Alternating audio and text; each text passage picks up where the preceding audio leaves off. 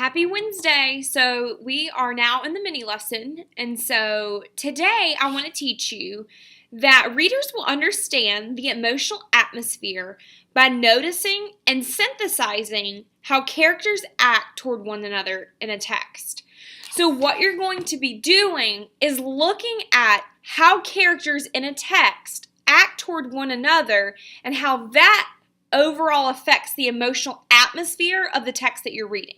Okay? So watch me as I do this work. So as we've been reading in the Yellow Star, we have the King of the Danes, right? And so in this first part of the story, we arrive to this part of the King of the Danes, and he's on this horse right here, and he does not have a bodyguard, all right? And I want you to watch the dialogue that's exchanged between this person who is a Dane and this person who's not a Dane, okay? It says, every morning their king rode alone and unarmed along the streets of Denmark's capital, Copenhagen. Who's that? A curious visitor once asked. Why, that's our King Christian, his Danish host responded. Without a bodyguard? Asked the astonished guest. My friend, came the proud reply. A king so loved needs no bodyguard. We Danes would all stand together in defense of our king. So right there I'm thinking that the dialogue between the two of those people with a curious visitor, like, who's that? And then when they responded that it was the king, he was like unarmed without a bodyguard. So for this visitor, he could not believe that the king of their country, much like a president of our country, would be riding around without a bodyguard, without a military protecting him. But that goes to show you that the people that the people that live in this country love him so much and are so loyal to him that they would never hurt their king. That they're so faithful and loyal to their king and they trust him so much that they would never hurt him. Okay? So between the dialogue exchange here, the emotional atmosphere tells me that in the country of Denmark that it's a very welcoming and opening place because even the king can ride around and not feel like he has to hide himself. Okay? So now that we've looked at the exchange between these two characters and we've noticed the emotional atmosphere of Denmark is very welcoming and inviting, I want to look at another place where the characters are talking, and I want you to notice the emotional atmosphere. How does it feel between the two characters? All right? So I want you to notice that, and I want you to be ready to turn and talk to your partner. Okay?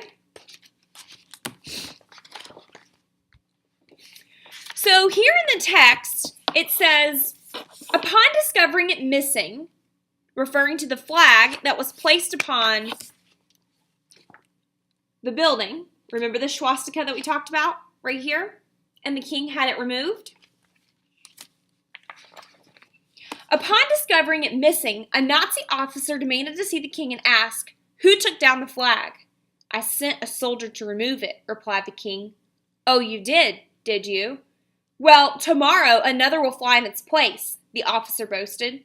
Then tomorrow I will send another soldier to remove it, countered the king. And I will have the man shot, threatened the Nazi. Leaning forward, King Christian said evenly, then be prepared to shoot the king, for I will be that soldier. All right?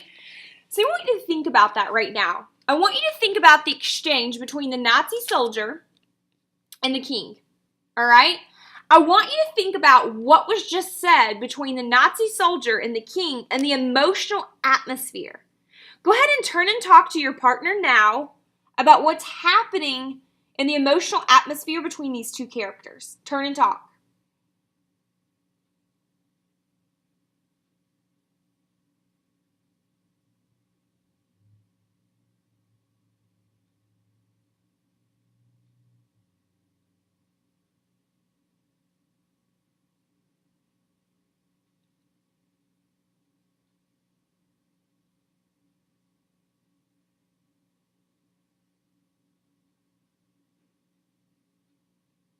Three, two, one, talking is done.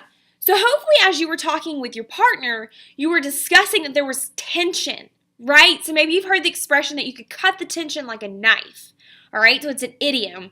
So right now, when they're having this conversation, the king is adamant. He is determined that this flag will not fly in his country, right? Because, like he said before, that the flag stood for war and fear and hatred. And he wants his country to be warm and inviting, like at the beginning of the story, where he got to ride around on his horse. And he wanted the people to feel trusted, and they wanted to feel that the king was loyal to his people. So whenever they flew the flag, he knew that his people wouldn't feel like that, right? So here in the text, when they had this conversation, the Nazi soldier was like, well, then I'll have that person shot. And the king made a very definitive and bold statement and said, well, then you'll have to shoot the king, referring to himself. He was willing to take a bullet for his people so that way hatred would not fly in his country. So I want you to think about the emotional atmosphere that occurs between the two characters or characters in your story. This is not only going to be one time in your story. Your character is going to interact with multiple characters throughout the story, and it's going to change the emotional atmosphere. Sometimes the emotional atmosphere is going to be warm and welcoming and inviting, and sometimes it's going to be really intense. All right? So I want you to be thinking about that each time that you read a historical fiction text. Be thinking about the emotional atmosphere among characters. Happy reading!